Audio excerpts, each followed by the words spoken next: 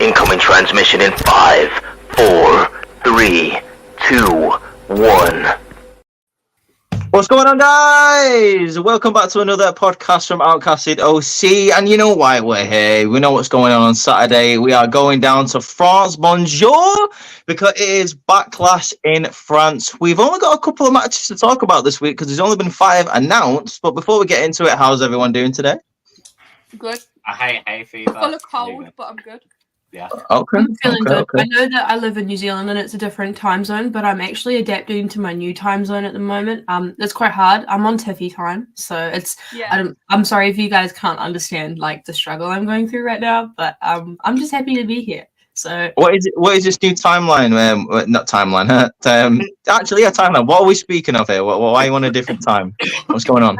because it's Tiffy time. It's Tiffy time. It's Tiffy Oh, time. okay. Oh, all right, is that it? All right, okay. Yeah, I got the joke.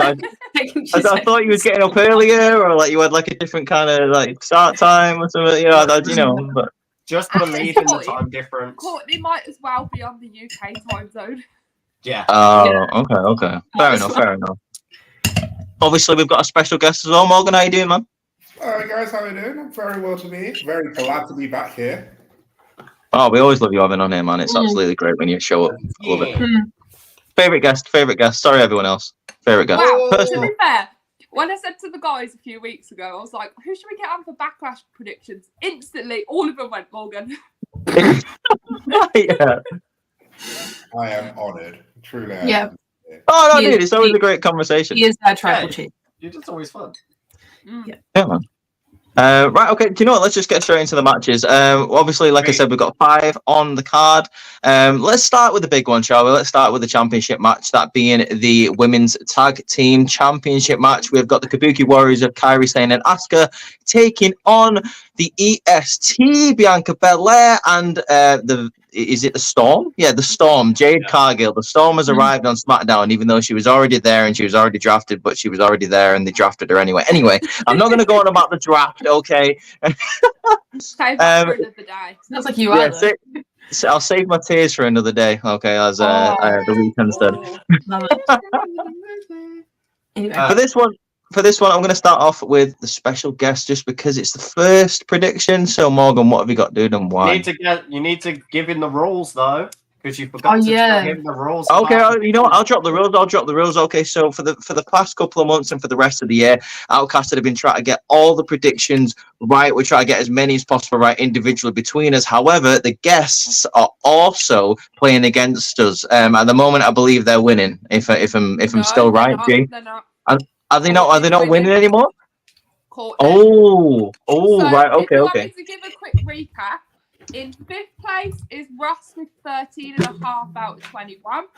Oh, right. 4th place is Joy Reese and the guests with 15 out of 21. In 2nd place is me with 16 out of 21. And in 1st place is Courtney with 19 out of 21. Courtney pulling ahead, man. I know, Like, right? Damn, Courtney clutched up in Mania. Jesus. Yeah. I know, Yeah. right? because it was Tell me fucking about it. predictable. Just kidding. Hey. Still loved it. Hey, we still love it.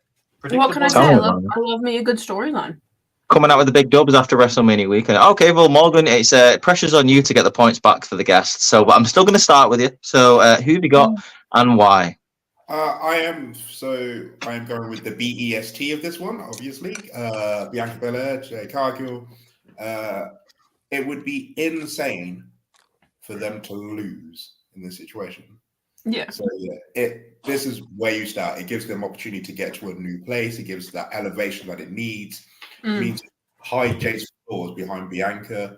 The Kabuki Warriors haven't done anything, and if they're going over to Raw running that story or whatever they're doing, Yeah. tag belts for doing so. Let them do that faction thing without doing this continuous travel. Yeah, make it be. Like that. I like that. That's a good shout, to be fair. Yeah, you make an interesting point. Like the fact that they are going to be busy on Raw. I mean, they already planted the seeds on Raw this week. It does make sense. Like, you know, they don't need to keep hopping between brands. Yeah, that's an interesting point that you bring up. It's an interesting like point because obviously from a storyline point of view it makes sense, but like it's also a case of over exposure. Like the Kabuki Warriors for me, like I've seen them too much, and they're doing nothing at the same time, like you've just said. So it's kind of like, you know. But let's go to G next. Who have you got on why? I'm also going for Bianca Belair and Jade Cargill to win. I think it would be crazy for them not to win at this point. Like, they've absolutely pushed and shoved the whole force of Bianca and Jade joining together, and I just think they'd be so dominant as tag team champions. So yeah, I'm gonna go for the guys. Again, like it makes sense. Like from what you're saying, like they are a dominant team. You'd probably want to get a title on Jade Cargill as soon as possible. Let's go to Ross next. Do you feel the same, or are you going in a different direction? That damage. Don't think I'm actually going damage control because no, it's Bianca or Jade. We all know Jade is still pretty green to WWE, and I think this is the perfect way to get her to shine in those hot tag moments, because most of her wrestling in AEW was 3 to 5 minute bursts of really strong hits. You can keep that momentum, which people enjoyed of Jade doing in the tag team, get her built up, get her more comfortable with the wrestlers she's going to go against in this tag division, and then she can do single matches as soon as she's very comfortable in the ring. So I give it to Jade and Bianca. Bianca can carry any title, and it's usually pretty good when she does. I can agree with that. You also got to think about, like you said, like the fact that Jade is green in the ring, and you got a strong partner there that can like hold the hand as she gets better in Bianca Belair. And like you said, will this make Bianca Belair like a main roster Grand Slam champion? No. It makes her a triple crown. It does. She wasn't NXT champion. Yeah, she never got NXT, sadly. Yeah, that's what I mean. That's what I mean. That's why I said main roster Grand Slam. Yeah, like if she goes back to main roster would be Okay, yeah, nice. Court, do you feel the same way?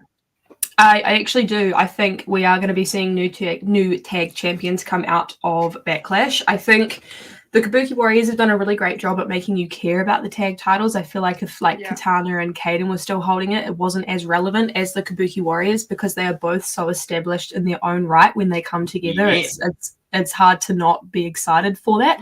I think WWE putting Jade Cargill with Bianca Belair, as she is a strong individual wrestler on her own, is able to help Jade. And I don't think it's just let's put these two together. They're actually really great friends outside of WWE, so it's a really great pairing. I think this will be a really great way for Bianca to focus on something other than a main title, because I don't think we've seen her so involved in the tag division before. And like you said, I think this is definitely going to help Jade in terms of her finding her feet within the women's division. And I also think this is a really great way to set up their eventual feud down the line, because I know that it's a dream match for Jade to go up against Bianca. If you set that up really well, that could easily be like a WrestleMania Night 1 match. You never know. So I've got full faith in Jade and Bianca. I think this is definitely going to be their moment.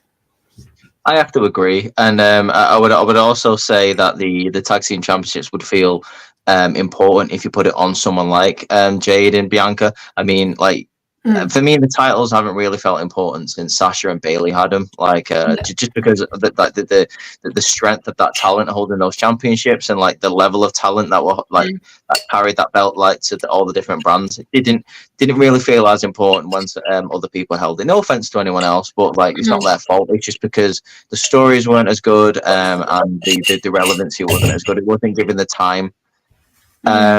But like I said, I agree. I'm going to go with Jade and Bianca as well. It surprised me if they didn't win it, to be honest. Like the only way I don't see them winning it if there's some like disorganization like with the new tag team of Jade and Bianca, or like there's some dissension in the ranks. Like I'm better. No, I'm better. Like maybe they want to do the Jade and Bianca match a little bit more sooner than we all think. But as far as Backlash goes, I think it's the right decision to give it to Jade and Bianca. You've got her who's literally just come. Sorry, hang on. You've literally just come into the company, and you want to make her a big name, then put a championship on her. Sorry, G, what was you going to say? Yeah, of course, I totally understand that. But the other thing you have to take into consideration as well is that Damage Control isn't just the Kabuki Warriors. They've got Io and Dakota on their side. So and Naomi's going to be there too. Well, Naomi will be there as well, so she can help out. And I still think that Jade and Bianca will dominate over anything that Damage Control can throw at them. Yeah, I think Damage Control are going to add numbers as well because of Julia being signed. I genuinely think Julia will have some involvement with them later on. She'll be like the NXT representation of Damage Control for a bit. Then Yeah. when she gets called up to main roster, she will join their alignment. Mm. Just because they've had history, like Julia has cross paths with Kairi Sane. I'm pretty sure they had one of their main Stardom matches against each other. So I think it's like they would do it as a game recognized game. We're all a Japanese faction except for Dakota. We would love you to come in and be another powerhouse alongside. Yeah. Because then you've covered all grounds. You've at least covered 2 tag champs. You could get the NXT North American, and then you could get a women's champion on that as well. That's pretty much covered all the women's division with Damage Control. Yeah, I think also Damage Control moving over to Monday Night Raw, I feel like they've been in a rut with SmackDown for so long that it's going to be really refreshing. There are so many new talent they can go up against on Raw. And correct me if I'm wrong, but can the tag champs can go between the brands? You Okay, so brands. yeah, because I was going to say if Jade and Bianca are just on SmackDown and there's not very many women's tag teams over that side, it would be a little bit. I'd say you just send them down to NXT for a little bit because that way you get the opportunity. Yeah, that's what I'm saying. It's all free. So you could literally, that's why I said about Julia being involved as well, because they can have NXT. The big three can go and visit all three brands. And then Julia could be like, look, I'll call a tag partner in, call one of the Damage Control team members that lost, go against Bianca and Jade as well. Yeah. There's so much story potential there. Yeah, I just think, there's so much story potential there with Jade and Bianca in terms of a tag team.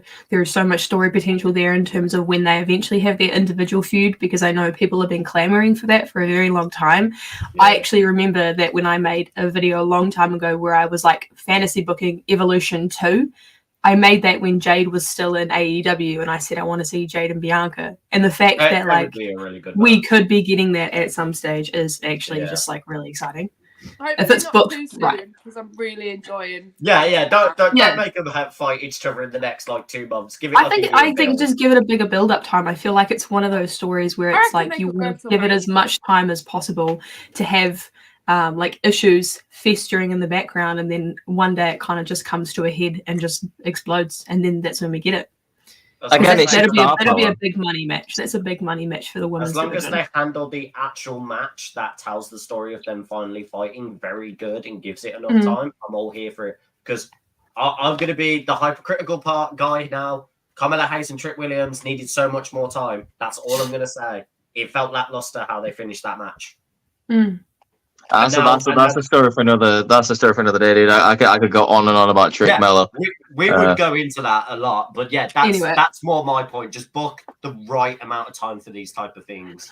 Yeah, timing is everything. Basically, 100%. I'd book I know this sounds weird. Like if we're talking Bianca and Jade, I'd book like a Hogan Warrior style match between those two. I really think that would work.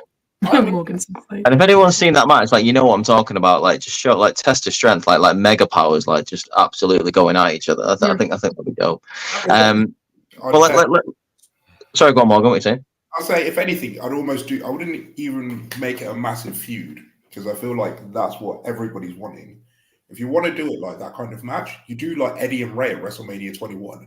The tag champs fight each other, and it's who has in that situation. Yeah. I like. Well, this is it, and we say this as well. The tag team champions can fight each other. Yeah, we have seen that multiple times. Like you say with Eddie and Ray, Shawn Michaels and Adam Cole. Shawn Michaels and John Cena were tag team champions when they faced each other at WrestleMania. So it's happened before. Golden Lovers and Young Bucks is the biggest one that comes to my mind. That's a whole faction, and they vote 2 sides went against each other. Yeah, so it can work. Speaking of factions, nice little cross, into the next match. Let's talk about the other tag team match that is on the card. We have the team of Kevin Owens, the Prize Fighter, and the Viper Randy Orton taking on the MFT. Tama Tonga, and maybe the new tribal chief Solo Sikoa. Now, Ross, I'm going to go to you first and ask you your predictions and why. It's on my hat. MFT all day. Tama Tonga. You don't sign a big name like him. You don't make a massive deal that he came from Japan.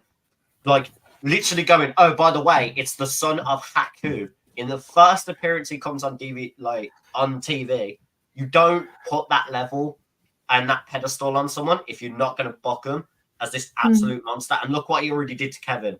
And that weren't even in a ring. That was him just beating the crap out of him outside. Get him in the ring, it's all day. It's Solo and Tama. Like that's just me. I love Kevin Owens, I love Randy, but you can't beat Tama Tonga's gun stun. And give me an RKO and a gun stun spot at the same time, like cinema. That would just be perfect. Love it. Court, you? I feel the same as Ross, but I'm just going to say something that's quite unpopular. I don't actually really have like an emotional connection to this match at all. For me, this is kind of just like this is just getting Randy on the card for France, which is fine. But I do think you don't bring in somebody like Tama Tonga and not push him to the moon. And if you're giving Solo this reinvigoration of a character, which I think he's doing really, really well in, I feel like you don't want to put all that energy into that and not have them win. And I feel like it's a situation where it won't really affect Randy and Kevin. I feel like both of them are kind of at the point where like a loss doesn't affect them. Like people still love the shit out of KO, even though he's been beaten by Logan Paul how many times? Like it's one of those things where it's not going to affect him in terms of his popularity. People will still love him. Same for Randy. I feel like he's an invincible person on the roster at this point. If he takes an L, it's not going to affect him or anything because his legacy speaks for himself. People are saying like this is kind of a stepping stone match, and then from that point, I kind of see where people are coming from because I feel like this is part of the biggest story, obviously. In the bloodline, Solo seems to be taken over by force, and then you've got Roman, who is not on TV, trying to still influence and speak through Paul Heyman, using him as his as his voice. You got the whole thing with Jimmy going on. You got the rumors about Jacob Fatu, you don't know what's going on, and I think after Backlash, like this whole Civil War story is really going to start kicking off, maybe until SummerSlam, and then all the way to Survivor Series. So, I do get what you're saying, and but what you were saying about Solo is I really, some people are saying that he doesn't feel like he's ready for this position, and I couldn't disagree more. I think he's doing absolutely incredible in this role. I feel like he's been thrown into the spotlight straight after WrestleMania, and I think he's really taking the reins really well. Like just the subtle differences. I mean, like literally the fact that he's speaking is a massive dub for me. The fact that he's the whole point is like people are saying like, oh, he still feels like the enforcer, and he's like, it's like yes, but now he's in charge, so like his words have weight, and like the way that Paul Heyman and shout out to Paul Heyman, the way Paul Heyman kind of like tiptoes around him is great. It makes him feel intimidating. It makes him feel like even the spot like Paul Heyman. When it first happened, when Tama Tonga first got in the ring, where Solo grabbed the phone off of Paul and stamped on it, like that was a point. Nothing had to be said in that situation. That is him literally saying, we don't need approval from anybody. Like losing has consequences. I haven't lost at WrestleMania, so I'm in charge now. I'm gonna take the reins. And then on the flip side of that, people have been like, "Oh, well, it's Solo Sikoa. He's like 0-41." It's like, okay, and like that's not. That has literally nothing to do with the reason that he's in this position today. If you've been looking at the actual storyline and not focusing on his statistical wins and losses in matches, you'll understand why this is important. People are counting the house matches as well, which is stupid. But let's be honest, like the last couple of people he's been in the ring with, number one, he's beat John Cena on pay-per-view, and number two, like the last couple of people who he's been in the ring with, like Jey Uso and Cody Rhodes, who are in the main events at Backlash. Like, how can you hold this against him? Like, what a stupid thing to say. Like it's such a silly thing to do. Like, obviously, he's there to put over the people who are going after Roman Reigns. That was his job at the time, but now he is in the spotlight. Obviously, they're going to start booking him stronger. But obviously, I can talk about this all day. Morgan, I'll come to you. What's your predictions and why? It has to be Solo and Tama at this moment. If you've had Solo say such words as losing has consequences, exactly, you can't follow up with him having a loss. And Totally. I'd love to know what those consequences were, though. I mean, you get your ass beat by Rikishi. They come back in, they be like, face by Rikishi. Yeah. Some people would pay good money for that. Not me though. Yeah, for real. But yeah, also like Claudia said, it's kind of like Kevin and Randy can now eat losses. Kevin's been there for 10 years now, established. Randy's 20 plus years. Yeah. They're foundational at this point. Solo needs that kind of thing. Yeah, 100%. It's the same. Not only Solo as well. Not only Solo as well, but Tama needs it. Like I think, and like what I was saying before about putting Solo in this position, the bloodline needs it as a story. Like you can't have like if we're talking like about a civil war possibly happening, which by the way I am so down for. Like that would be so cool. I don't care what people say about the bloodline. People would be reinvested in that if Roman came back with Jimmy and Jay on his side against the new bloodline. That would be insane, right? But the only way that's going to be interesting is if Roman has a powerful, strong opponent to topple. That's the only way it's going to be interesting. You can't have a guy who eats losses and go, "Oh yeah, we'll beat Reigns and the Usos." No one's going to believe that. So I'm sure about that. Yeah. Literally, yeah. Just to add to what you said, Bruce, like how people still think he feels the enforcer. Isn't that kind of the point though? Because he's enforcing his power to be in that position. Yeah, like his whole point from the beginning was, and I've said this for longer than the podcast has been going on for. Like he wasn't sent to protect Roman; he was sent by the elders to like protect like the legacy. Like he was loyal to Roman because Roman was bringing in the money, and then when Roman stopped bringing in the money, he was like, "Well, I'll take the reins then." Yeah, I'll do what you couldn't. Yeah, he's just like John effectively in this situation. He's not afraid to get his hands dirty when necessary. Like the total change in character, gone from wearing like We the Ones like best tops to I'm wearing a suit and looking like a beast. Like scary. Also, Tama's not shy of civil wars. He had a whole civil war with Bullet Club. Man could do it easily. There you go. He's like the perfect person to have on your side then. G, what are you saying about this match? What's your predictions and why? MFT. That's a real. We actually know what MFT stands for. I have a feeling I know, but people are saying dumb shit. It stands for, I believe it's motherfucking Tongan. It is. That's what I thought. Yeah. But people are like, oh, that's my favorite thing. And I'm like, no, it's not. It's motherfucking Tongan. It's a favorite thing. So, to let you guys know, it's a callback to Bad Luck Fale, which was Tama Tonga's longest guy that stood with him. Bad Luck Fale and Tama Tonga used to have a saying that they are my MFTs, and they would say it all the time.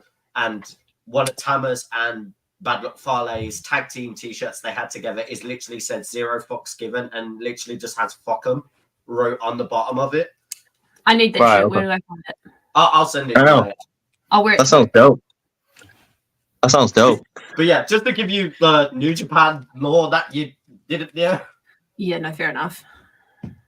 We were saying before this podcast started that like this pay-per-view seems a bit predictable, and yeah, it does. But like sometimes, and I think I've said this before on the pod, like sometimes predictable's fine. Like it's sometimes it's predictable because it's the right decision. Like nothing.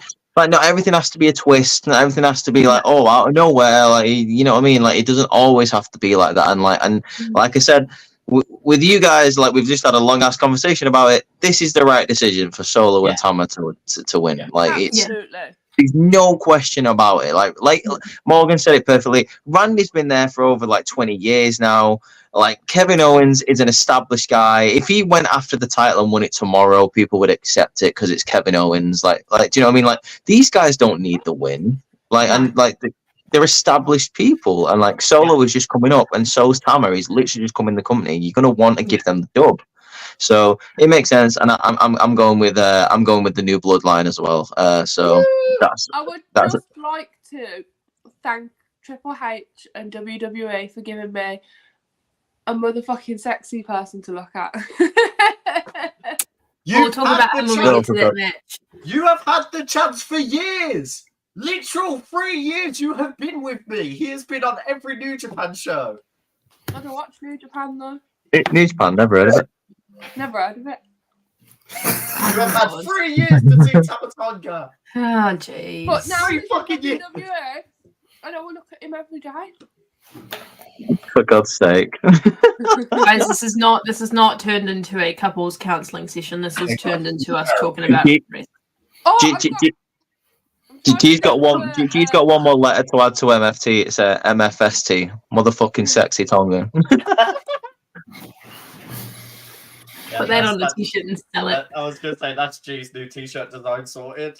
Yeah. It's just gonna have MFST here. And a you picture got of one on the back. Yeah. Tamatonga's head on the back. I can do that. No. Yeah, dope. That's Right. Let's step away from the tag team division now. Do you know, I forgot that there was 2 tag team matches on this card. To be honest with you, let's step to a triple threat match for the WWE Women's Championship. We have the champion Bayley, in a massive defense. Like, to be fair, like I'm really excited for this match. This match might steal the show for me. I'm not gonna lie, but we've got her challenging from Naomi and Tiffany Stratz. Tiffy time, baby. So let's go to G. Who have you got and why? Wow. Do you follow the role model? Do you feel the glow? Or is it Tiffy time? Because I don't know. Now. You could tell she'd been like practicing that in her head for this whole time. You can tell. You can tell. I love these 3 ladies. They are fabulous. I love all 3 of them so much. But obviously, I'm going to go with the Yummy Mummy because she's just become champ. And if you take that belt from her anytime soon, I will murder WWE. The whole lot of you. With her MFST, she will absolutely kill the place. I wouldn't like to see that. Bailey for me. Hell yeah. That's the right answer, G. I've literally got nothing else to add to that. That's just the right answer at the end of the day. Ross, who have you got and why? So Bailey to retain. I mean, I'd love to see new champion in either Naomi or Tiffany, but I think it's like wrong time, right champs. Like, genuinely, both of them could easily do title runs, and they would both be great. I mean, Naomi already had a great one in TNA, so she could easily do it in WWE. And I feel like Tiffy kind of was cut short. There we go. Got my words out in the end. I feel like her NXT run was a bit cut short. I know why they did it. I got why they gave it Becky. Did the Becky, uplift women run. But it kind of sucked for Tiffy because I was like, I wanted more feuds. There are a lot more talent she could have easily gone against, But yeah, Bailey to retain. You can't take the belt off her straight after Mania. I mean, everyone says there has to be a surprise of the night. This ain't it. This ain't it. Morgan's face. This ain't it. Yeah. Yeah. I'm gonna go to Morgan next and ask for his opinion. Yeah, go on, Morgan. What's your opinion? I've seen that face. Go to Cody. No, I thought we were going around. It's all good though. Who do you want to go? No, I'm choosing random people in a row. I'm giving people different chances to go first and last. Go, Morgan. Bailey's retaining. That's the right answer. But Naomi's being pinned because we are prolonging this Tiffy feud for as long as possible. Just to get there. I'll tell you what. I'll say this. Like, Tiffy can, she can bounce back for this. Naomi has been done so dirty ever since she's come back to WWE. Like, it felt like she was the third wheel at WrestleMania. Like ever since the Rumble, like her appearance at the Rumble was dope. But ever since then, it's just been like, wow. Like, what are we doing with Naomi? Yeah. She's the good hand in this situation. She is. Which is a good position to be in. Like, you're there as the good hand. It means it's consistency. You can't argue about that kind of thing. Sure, you can be the champ, but if you're the good hand, that gives you a lot more reliability in these situations. So she's just there to eat the pin. Yeah, it's a shame, really. Like, hopefully, like, we'll start building up a little bit more later on in the year. But now it is just bad timing. Like, you can't take the title off Bailey at this point. I worked for it for so long. You can't take it away. Exactly. I'm assuming you're saying the same thing as well, Court. Like, I am, and guess what? I'm surprised that nobody else has said this part that I'm about to say. So I'm going for Bailey. I personally think Tiffany Stratton, she can become a champion at some point. I just want to see it under different circumstances, i.e., her winning Money in the Bank. I feel like that would be the best way Wonderful. to catapult her into stardom, to have her cash in on a really great champion at some point in time. Yeah. But nobody has said anything yet about the fact that Nia Jax came in and interrupted the match last week, and she could do the same again this at Backlash because she's actually going to France. So whether or not she goes after Naomi or she goes after Bailey and forms an alliance with Tiffany. Yeah, because she got drafted to SmackDown, so She did. She got drafted to SmackDown. I'm surprised no one's even mentioned that.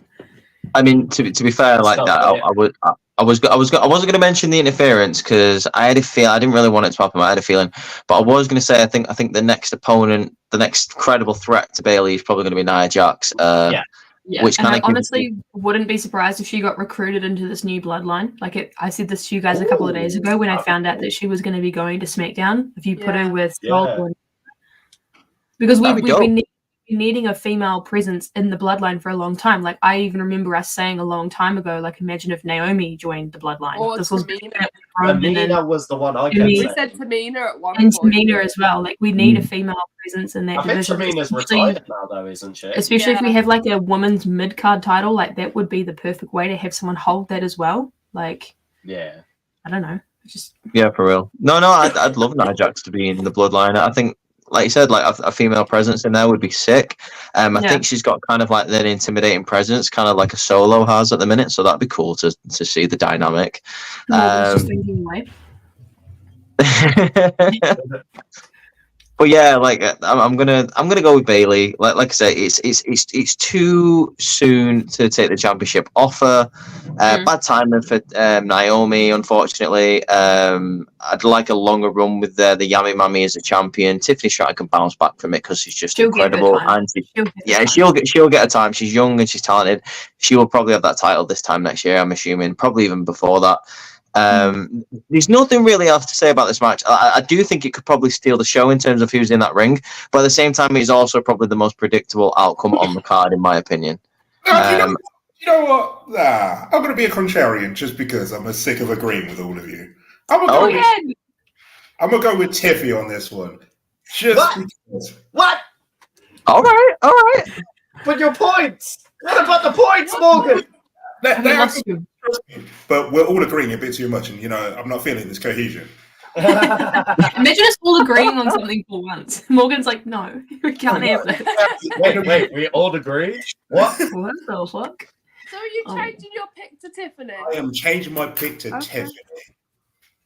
She's Well, he's on stolen Tiffy CM time. Punk's gimmick by I've pointing just to her crossed wrist, Bailey saying out it's and I'm Tiffy very time. hurt. I hope she He's asked her for permission. He just checked his watch and realised he's on Tiffy time. I'm running on that Crossed it Tiffany. out and then put a sad face because I'm sad. Very good. No, I understand it. I mean, yeah, like I said at the start, it's a predictable card. We're all agreeing on it. Like it's not usually like this. I promise you. Like it's usually a lot more diversive. Ross, I'm surprised you didn't pick the Kabuki Warriors. I'm not gonna lie. I thought that was gonna be the me one too. change. But yeah, I can understand why you would I'm want. not predictable. But Tiffy's a good shout. If it was anyone. If it was any time of the year that this triple threat was taking place, apart from Backlash, straight after WrestleMania, I think Tiffy would be in a great position to have a good shout to win this match. So, She's really good. Just saying, you go for rear view, the split leg moonsault.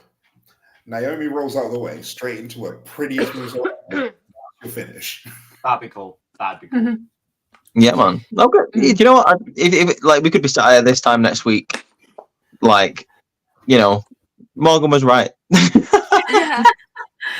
Oh damn, that boy was right. We'll get him on just to say he was right, and then he'll go off. Shit. He got us again. Yeah, it's like incoming call Morgan. I was right, bitch. Right. So Pay me my Let's move on. royalties. I wrote that. My God. Right, let's Anyway. move on to one of the world title matches. I'm going to go to SmackDown first and go for the undisputed WWE Championship. We have got the American Nightmare Cody Rhodes taking on the phenomenal AJ Styles. So I'm going to go to you, Court. Who have you got and why? I have Cody for this one. I feel like it's the exact same premise with what we just said with Bailey. This is like his first defense after needing to win this title for 2 years. I feel like if you were to have him lose to AJ Styles right now, like this would piss a whole bunch of people off. You know, like we've been waiting so long for this moment, and you just rip it away, kind of thing. I'm excited for this match. I feel like we haven't actually seen Cody and AJ like on the main roster within WWE. I feel like, is this the first time they've gone up against each other? I think so. I don't like because when Obviously, when like- Cody when Cody left, like AJ joined WWE. I feel like At they the fought each same- other outside of WWE before they both Nope. did their Never. thing. So this is the first time they're touching in the They ring, said- and this will yeah, be very they- exciting. They said that in the SmackDown promo, like, regardless of how our paths have been very similar, we've never actually fought in the ring. And the thing is, they're both from the same hometown as well, which is even more crazy. Because I'm just like, how did you both not How have you train not? against each other? Because So like AJ was like, oh, your dad trained me. So I was like, how did you two not like scrap each other? How have you not done that yet? But I think it's the age difference, isn't it? Like it's just the age difference. Yeah, no, I've got Cody for because Cody was there for a long time in WWE from like 2008 to like 2016, and then while AJ was on the Indies, and then Cody left, and then AJ joined WWE, so like they never had a chance to cross paths. They've had very similar paths at different points in their lives. They've just never intertwined. I think that's what's gonna make this match really interesting, is seeing that, because we haven't seen it before. So I've got Cody all the way on this one. I would like to see another title run from AJ. I just feel like he needs to establish this new character he's got a little more, and maybe against a different person he might have the opportunity, but I feel like Cody is just on such a roll right now. It would be a shame to. And I'm also petitioning for AJ Styles to get a new theme song, because what the fuck is this? Like, was it right in saying, because it sounds exactly it sounds exactly like them. Is it the same people who do the Solo Sikoa's theme song?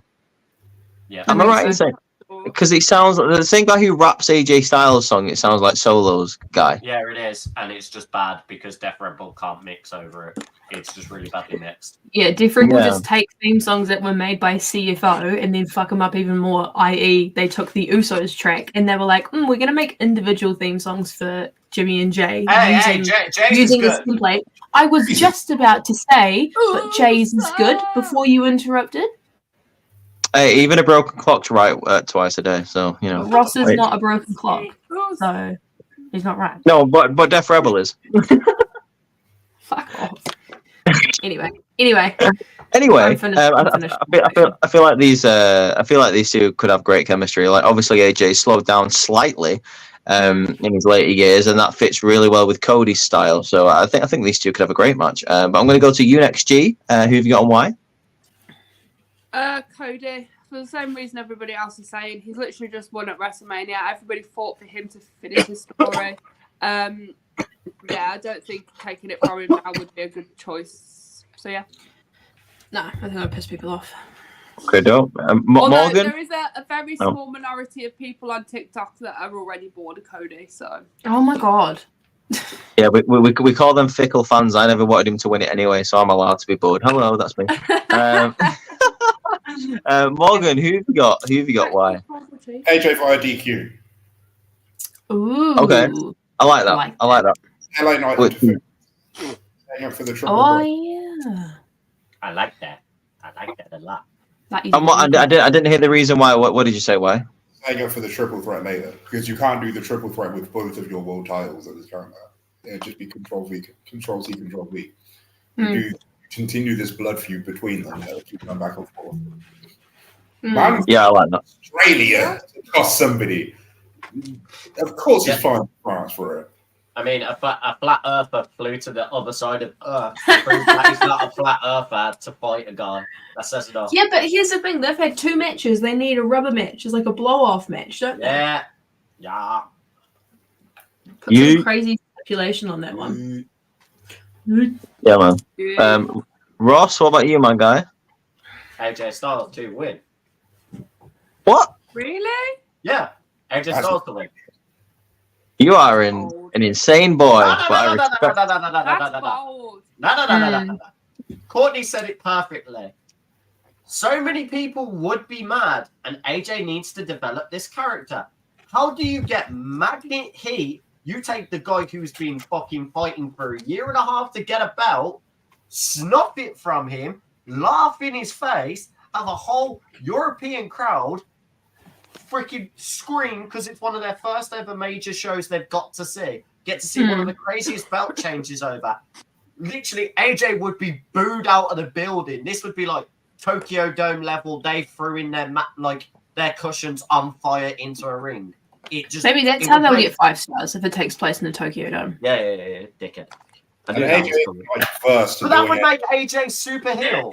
I just think that would make AJ super heel. Yeah. So I get what you're saying. Chaos. Yeah, and AJ isn't first to doing a world title change in Europe either. So exactly. Did it in Manchester? I was there. Yay! Hey. Hey. Yeah, I just think it's really cool. I know people aren't going to like that, and I mean Cody could easily win it back off AJ second defense, but it's what it is. I would love that so much, dude. I would laugh so much, man. It'd be crazy. That's your surprise of the night as well. So there you go. Ticks the box. Surprise of the night. Crazy as shit. I'd be like, yes, give me your tears. I know I'm wrong, but I can fantasy book laugh this. Dreams are free, Ross. Yeah, exactly. Yeah. Very good. God's sake. Oh, did you know? I don't even know how to segue away from that. I mean, I'm to be honest with you, I was kind of leaning in Morgan's direction when he said AJ via DQ. I had a similar thought to that because I don't think AJ should lose clean. I think similar to what Ross was saying. I think building up this character is the most important thing. We need some guys going up against Cody. We need some good feuds for Cody for this year, or else people are going to get bored of his championship. As if people are not getting bored already. But I would quite like to see. So I'm going to say what Morgan's saying because I had it in the back of my mind, and I'm glad that someone else has said it. So I'm going to go with what Morgan said as well. I'm going to say an AJ win by disqualification.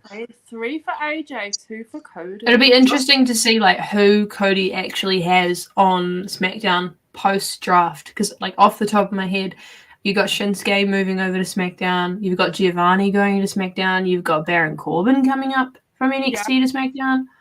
So just before we get to the main event court, because I missed some of these, I saw most of them from the Friday. Who else got drafted on the Monday? What happened? I know Dijak went to Raw. Yeah, hold on. I sent it to you, I think. Did I? No, I sent it to Ross. Let me pull it up quickly. Right. Okay. So on Monday, we had the following superstars get drafted after the show. So we had Odyssey Jones finally be drafted to WWE Raw, which didn't he get drafted last year in this movie? Yeah. I did nothing for a whole year. Man sat down. Chilling. Yeah. And then we had Brutus Creed, Julius Creed, and Ivy Nyla staying on Raw. Wow, how inventive. Yeah. Giovanni Vinci's moving to SmackDown by himself. That's going to be cool. I want to see That's going to be dope. Pete Dunne and Tyler Bate are going to Raw, so they're moving off of SmackDown. Oh. Tegan Knox is moving to SmackDown. Nice. Away from Natalia. Dijak is to Raw.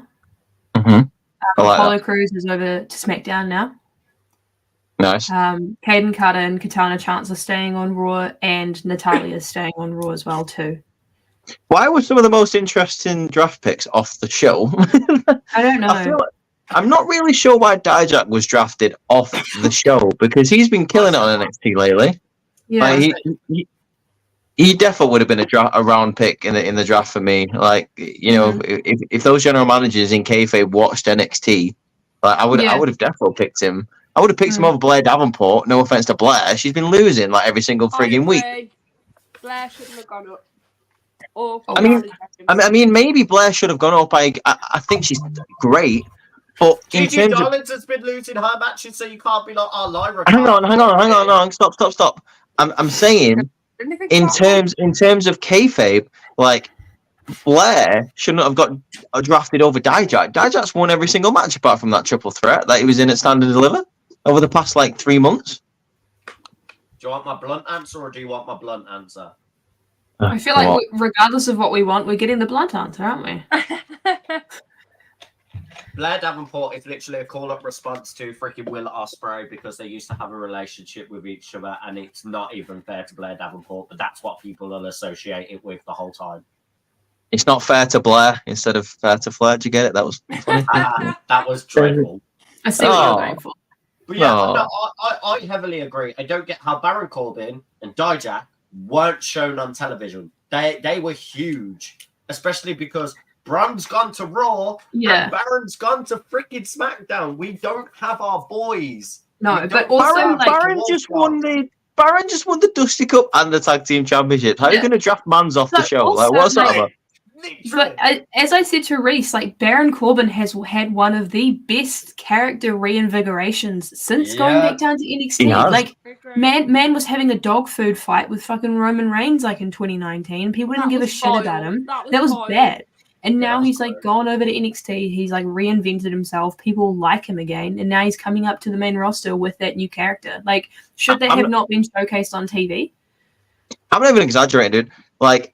Baron Corbin's character right now, I would accept a world championship run from him in the next year or so. The character that he has now is what it always should have been. Yeah, the lone wolf, but a badass. I love the way he comes out and kind of shoots, but in a worked way. I love it. I think it's great. I think he's really good. Go on. No, go on. I have never been a Baron Corbin fan. I'm hoping that when he comes, as he's coming back up to the main roster now, he can win me over maybe. Honestly, I know because you don't watch NXT every single week, but no. He is really, really reinvented himself in NXT. So I'm excited if he's able to really show off what he's done in NXT on the main roster. Yeah. Please don't change his song. Is my big one. Please let him keep that song because that's sick. It is dope. Right, okay. Little intermission there, talking about the draft, talking about NXT. Let's go to the main event, and I have left the best and the most interesting till last, in my personal opinion. We have got. You what? Is this main event in? I don't know. I've just decided to put it in the main event because it would be. I've just decided to put it in the main event because it definitely should be main eventing. But main event changed though. Exactly, and also because I think it's the most interesting and the most story-driven match of the night. So we're going to go for the brand new World Heavyweight Champion Damian Priest of the Judgment Day taking on main event Jay Uso, and it's just him, Us. That's it. And G, because it's your fave in this match, I'm going to go to you first. Who is going to win and why? And can you just give us the answer just based on not looks, actually wrestling? I'm kidding. No, I'm being serious. I think Morgan's frozen, by the way. Yeah, I believe he is. Oh no, not Morgan. Oh no, Morgan. Well, don't worry. I'll come back to him at the end if he's frozen. So. All right, Jake, what's your pick? Just need to appreciate this just one more time. You know that's from his tattoo video, so you could just watch the whole video of him talking about his tattoos. I watched it about 6 times this morning. Anyway. Get a life. I've got Damien to win. No. Oh, that's so rude. Why? Yeah, why? Listen, I would love Jay to have his time. I would love Jay to be champion. But I just think after everything Damien's been through, the same situation as Bailey and Cody, they're not going to take it off him straight away. And I think if Damien is going to lose, it's going to be to Drew at Clash at the Castle. So, okay. Yeah. I mean, yeah, I can appreciate that. My heart says Jay, but my head says Damien. Ross, I know you're a Judgment Day guy, so I'm going to go to you next. Who's winning and why? Jey Uso to win because Finn Balor and JD McDonough are going to get involved and cost Damien because of Damien talking smack saying you lot don't need me. Oh, that's an interesting point of view. I like that. Yeah, Damien shouting at all of them going, I don't need you guys. And look at the how JD got hurt and he tweeted saying, time to change things up. The Judgment Day need me more than I need them. All I've got out of it is losses and injuries. So I think we're going to get our Irish aces. Both Finn Balor and JD are going to be like, nah. And Yes. And Dominic's being a shady guy like always. Dirty is in his name. He being sleazy with Liv in the background.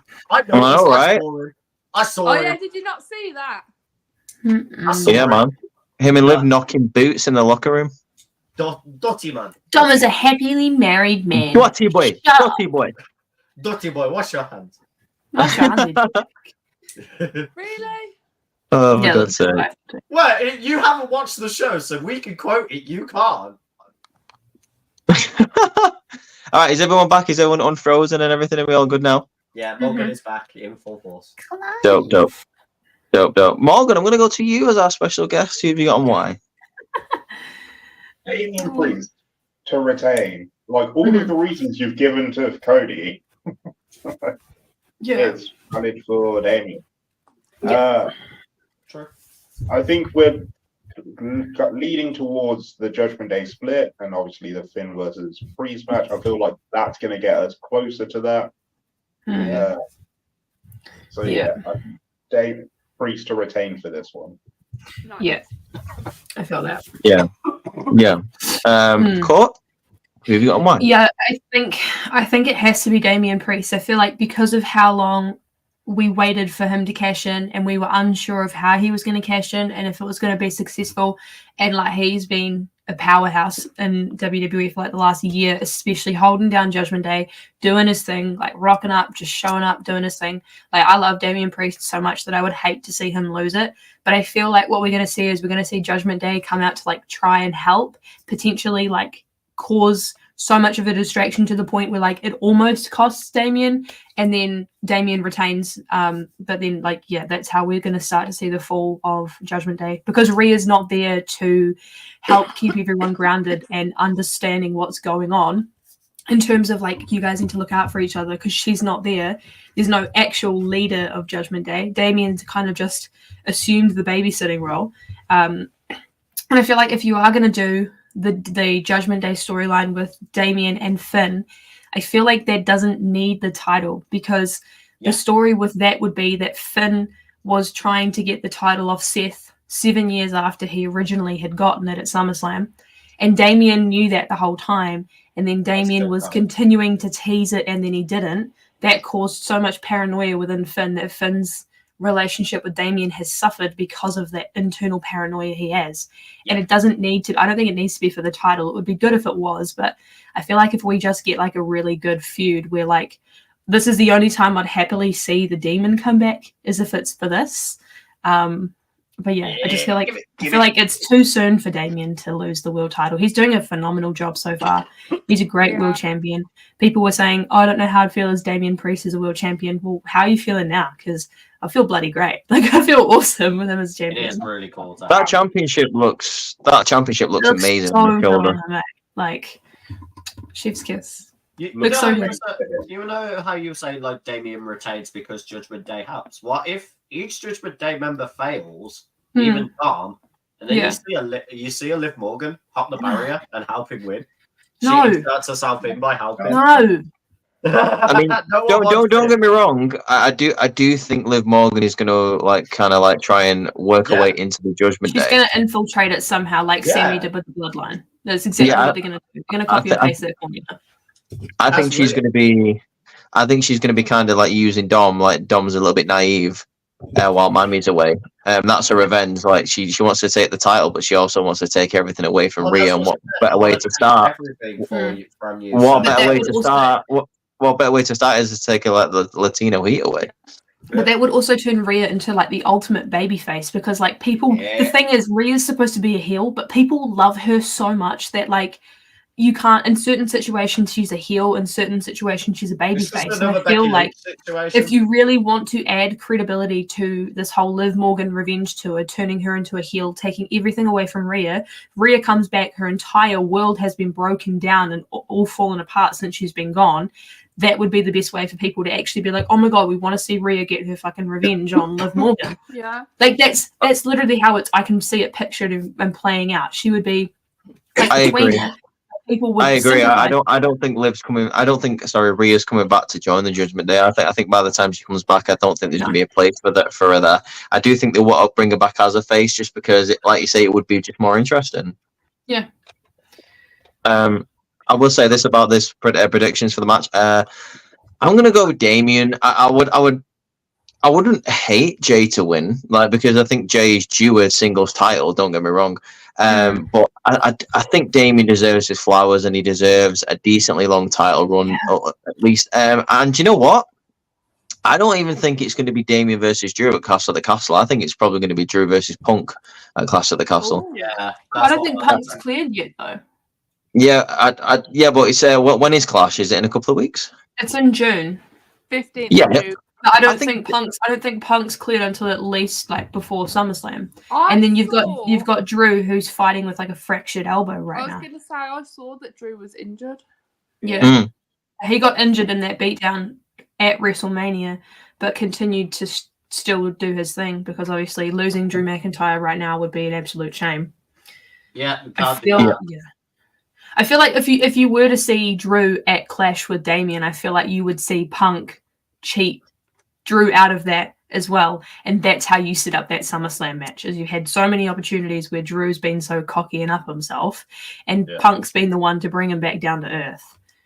I agree, because I don't think Drew needs the world title right now, and I don't think Damien should lose to him. It would make him feel like a bit of a transitional champion.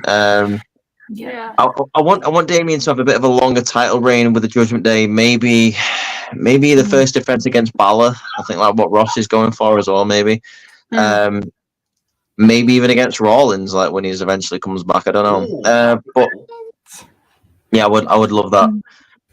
But yeah, like in terms of the match, I'm going to go with Damian Priest. I just don't see Jay winning, and I see like more what's going on the outside to be more than the story of what's going on in the ring. I think there's probably going to be something happening with the Judgment Day, whether that would be with Liv Morgan or like JD McDonough screwing up again, or Finn Balor screwing up.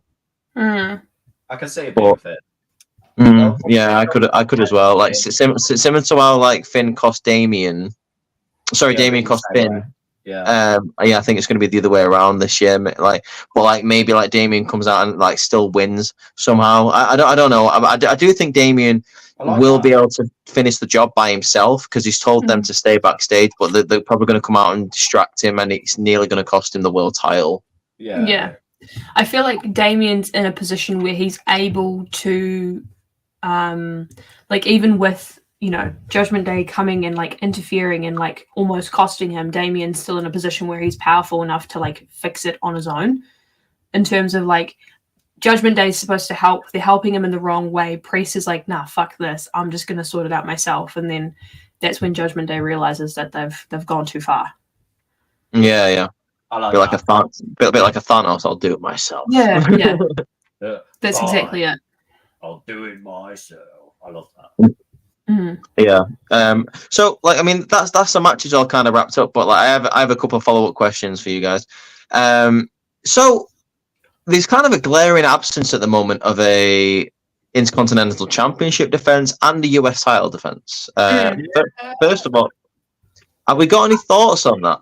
Like, I feel like with the Intercontinental, you have like, it's hard because we always want to talk about how we always want to see all the championships be shown in these kind of events. But I feel like the best way for us to get a really good Intercontinental Championship match is like eventually when we pull the trigger on having a fully fleshed out feud with Chad and Sammy. And I feel like that needs a little bit more time. I feel like if you were to do that at Backlash this week, people would complain that the storyline was rushed.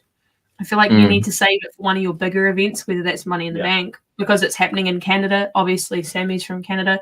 Or if you want to do it at like a SummerSlam, that would probably, you want to save it for one of those bigger events. But with the United States Championship, I just feel like there's nobody that's been built up within the time that we've got for Logan to defend it, if that makes sense. Yeah. That's just how I feel. Like, I don't think there's anyone built up to the point where it's like, let's put it on this event. No, I agree, 100%. I think it'd be cool if maybe they had like maybe an open challenge for Logan. Like that'd be that'd pretty be interesting. About the John Cena Open Challenge days. I'm always down for those. Those will Well, come. yeah. Like Rene Dupree comes out. That'd be funny. Love it. Very dope. Well, Any thoughts for anyone else?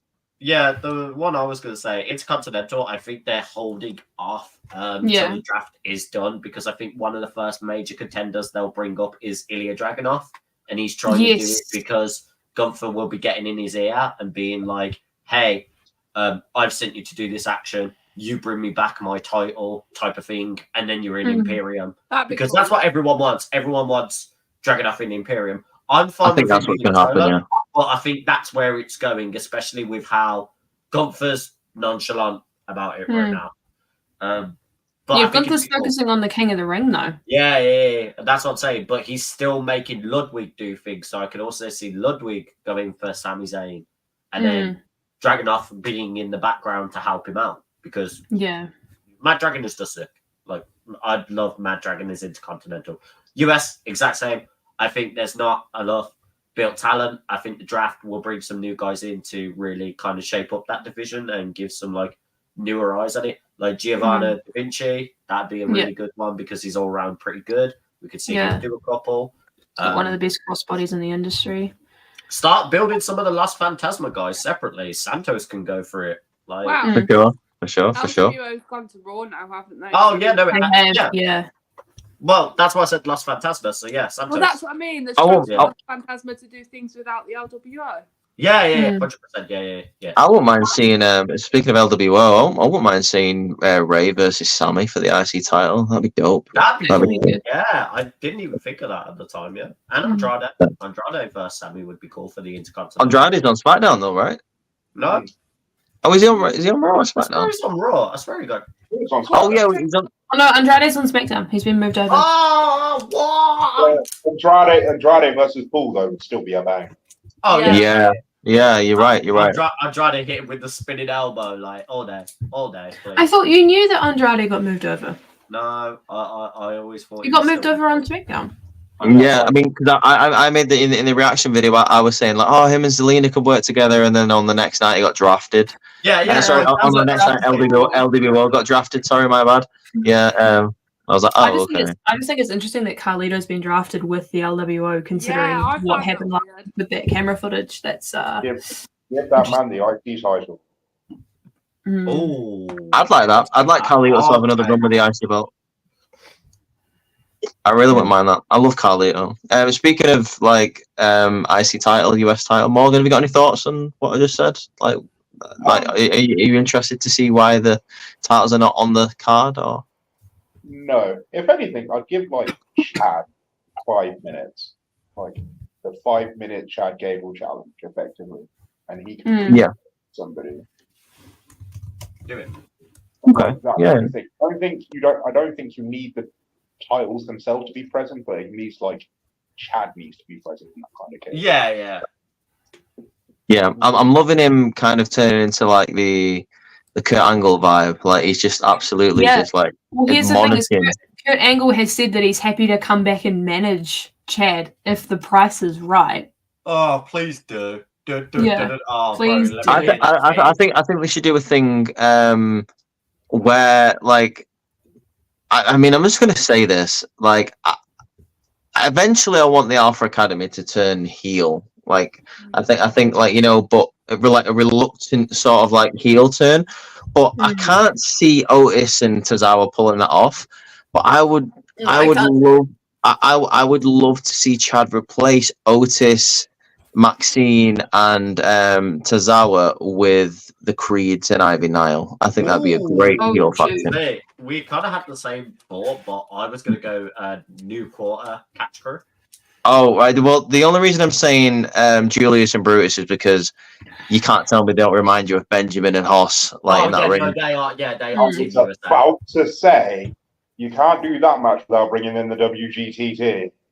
Yeah. It's like they are that like they just look like the world's greatest tag team, dude. Like they're so athletic and just amazing. And Benjamin and Hoss, in my opinion, like one of the most underrated tag teams of all time. I wish we had them for a bit longer. I loved You them. make Morgan very happy with that. It's Shelton Benjamin stand right there is grinning ear to ear. Yeah, I was gonna say. No, yeah, honestly, I love the Shelton Benjamin and Charlie Haas back in the day. Like they were like an athlete. I mean, the reason why I like the world's greatest tag team is because the same reason why I like Chad Gable. They beautifully mix like catch can style wrestling with just unbelievable athleticism. And I think that is my favorite kind of wrestling, and them two did it in spades. So like, and Julius and Brutus just remind me of that. So I can imagine that heel faction being unbelievable. It'd be so good. Especially because they're not being really used right now, like both the Creeds. They're not. It would be like, we've had so many opportunities slipped under us because we've played nice, we've played sportsmanlike. Forget this sportsmanlike, and then you could do that and it'd be sick. You could literally have it as, I mean, I'm not being funny, like, it's right there. If Kurt Angle is willing, like, you could have a segment right there where Kurt Angle could, like, advise Chad, like, listen, this crew isn't working out for you. And someone said to me once, I have a contingency plan for you. Same way Paul Heyman said it to him back in the day and brought him Benjamin and Haas. I was gonna say, you Kurt Angle could bring him the Creeds and Ivy to replace all three of those. I was going to say, you literally could just copy and paste that exact same segment. Remember how you saw Paul Heyman and then it pans over and then there's Roman Reigns? Oh, yeah. Just do the exact same thing, but with Kurt Angle and Chad Gable. Like that would it would work. It would work. That's the thing, is it would work. It would work. And like, I'm telling you right now, Otis as Our and Maxine wouldn't be hurting the slightest. I feel like them not, especially Otis. I think people are like so still here for a massive Otis babyface run. I think people still want that so badly. Like people were so. Yeah, well, that's what I mean. You could have old Alpha Academy versus new Alpha Academy. Maybe like Otis versus Chad at SummerSlam. I'd be up for that. Oh like, yeah. Oh yeah. Okay. I feel like we've gone on a tangent completely off. Sorry, no, we're not on a tangent. We're not on a tangent. We're talking about we're talking about people who maybe or should have been involved at Backlash. But I have one more question before we wrap up, and it's a question. Well, do you know, I'm making it interesting in my hosting. God damn it! Okay, let him cook, man. Let me cook. I have one more obvious question, and we've seen it for the past couple of weeks on Raw, SmackDown, and even this week on NXT. We've seen the QR codes, we've seen the secret messages. My question is, are we seeing a bit of Uncle Howdy? I hope and pray. You prayed for this. I prayed. Are we up for it? Are we up for it? Do you think we're going to see something in person, or do you think we're going to see more of a direct message? More of a direct message, I think. I think a direct message. Remember, Braun got drafted, and I think he's. I was so happy that he got drafted. Can we also talk about Eric Rowan also signed a deal? Yes, he is signed as well. Yes. And did you see Matt Hardy posted a QR code? Yeah, I did. I also saw something interesting that I think people are just kind of breezing over. The only time we have seen a QR code on NXT was when Sean Spears was having a match. Yeah, I saw that. I was like, oh, that's interesting. I love that there's a QR code on NXT as well. I love that. Wasn't it against Gacy though? It was against Ridge Holland. No, it was this episode. It was against Ridge Holland. I was going to say if it's against Gacy, but Ridge beat him. Ridge beat him, which, fair play, give Ridge the momentum, whatever. I don't care about what he's doing in the ring at the moment. Who cares? But like, what made me interesting, like Ridge beat him, but like after the match, you saw Sean Spears like stood sat against the stairs, just kind of smiling. Obviously, like, because his gimmick at the minute is to get the anger out of Ridge Holland, but like that could mean something else as well. Yeah, true. This 1 at 6 is going to be phenomenal. I can already feel it in my bones that it's going to be phenomenal, and it's going to live up to everything Bray has done.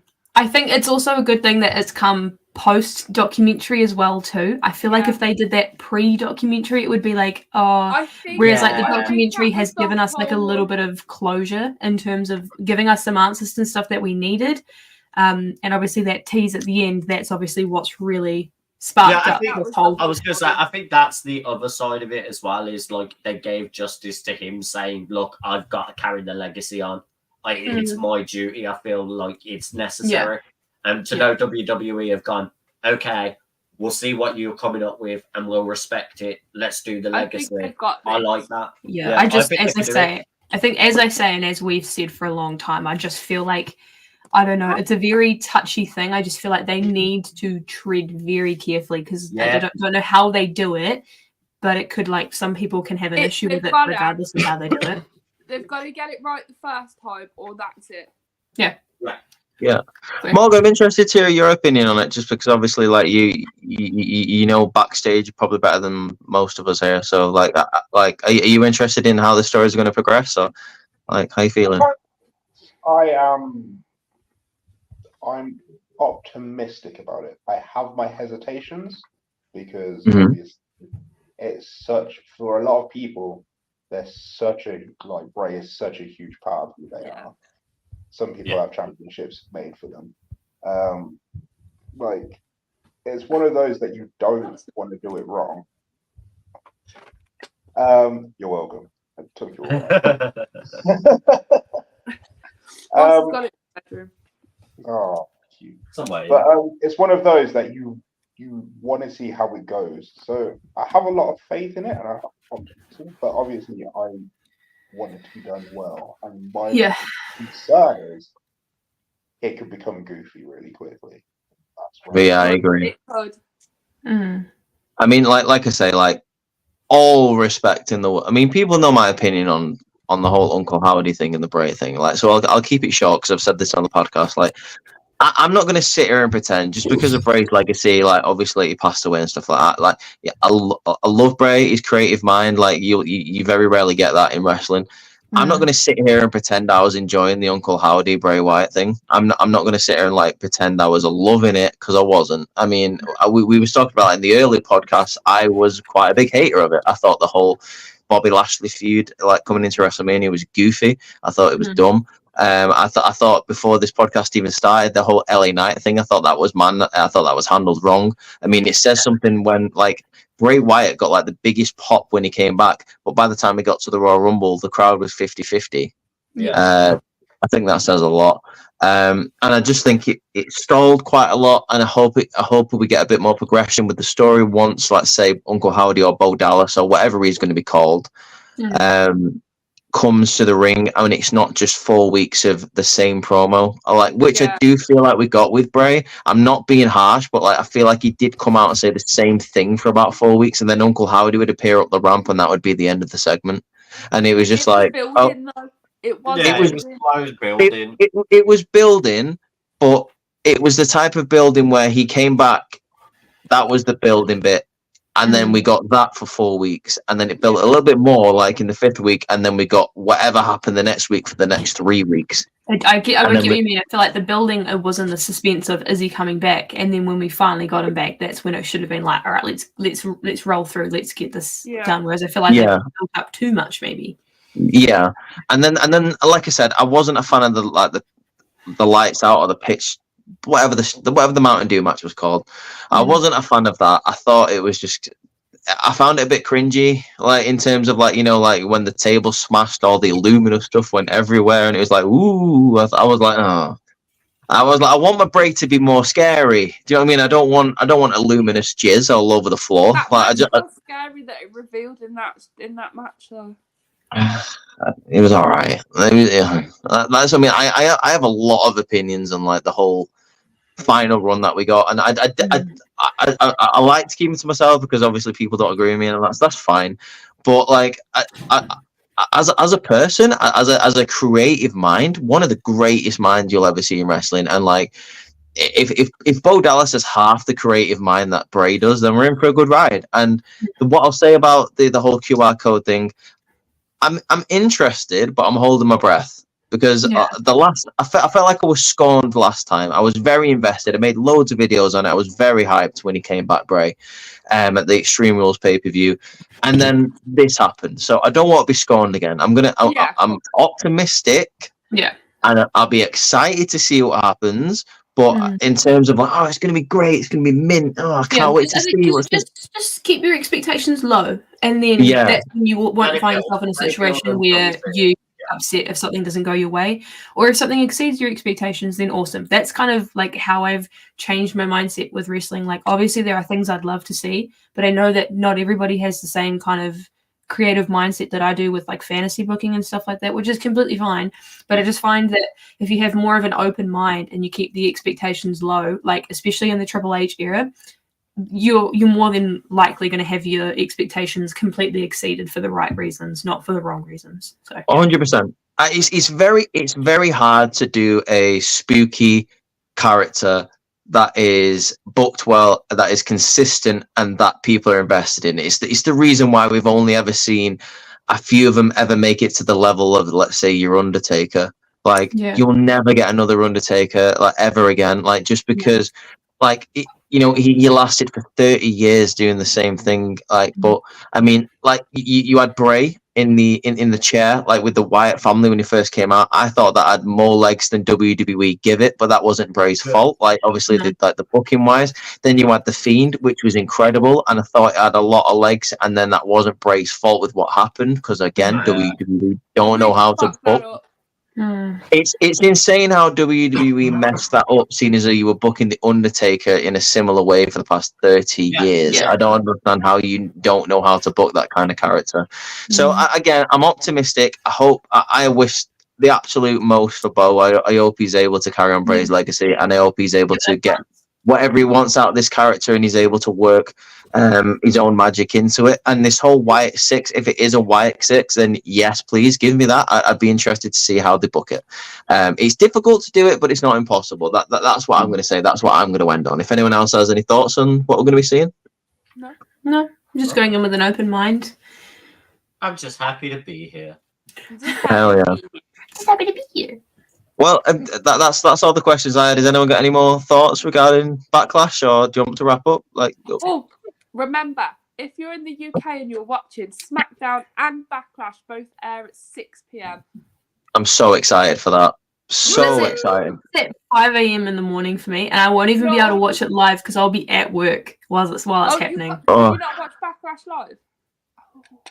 So I have to stay off my phone the entire day. In the chat. That's all good. I'll watch it when I get home.